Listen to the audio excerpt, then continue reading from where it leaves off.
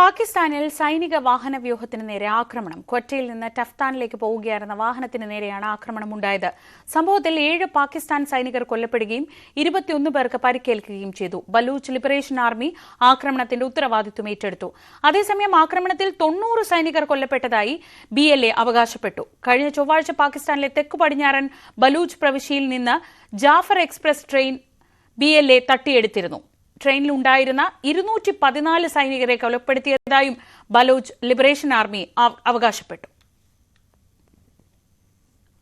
മുംബൈ ഭീകരാക്രമണത്തിന്റെ മുഖ്യ സൂത്രധാരൻ ഹഫീസ് സെയ്ദിന്റെ അടുത്ത അനുയായി ലഷ്കർ-ഇ-തയ്ബ ഭീകരൻ അബു ഖത്തൽ പാകിസ്ഥാനിൽ കൊല്ലപ്പെട്ടു. ഇന്നലെ രാത്രി പാകിസ്ഥാനിലെ ഝലം മേഖലയിൽ അജ്ഞാത സംഘത്തിന്റെ വെടിവയ്പിലാണ് കൊല്ലപ്പെട്ടത്. 2023 രജൌരി ആക്രമണത്തിന്റെ മുഖ്യ സൂത്രധാരനായിരുന്നു ഖത്തൽ. ജമ്മുകശ്മീരിലെ റാസി ജില്ലയിൽ തീർത്ഥാടനം കഴിഞ്ഞ് മടങ്ങിയെത്തിയവർ സഞ്ചരിച്ച ബസിന് നേരെ നടന്ന ആക്രമണത്തിന് നേതൃത്വം നൽകിയതും ഇയാളായിരുന്നു.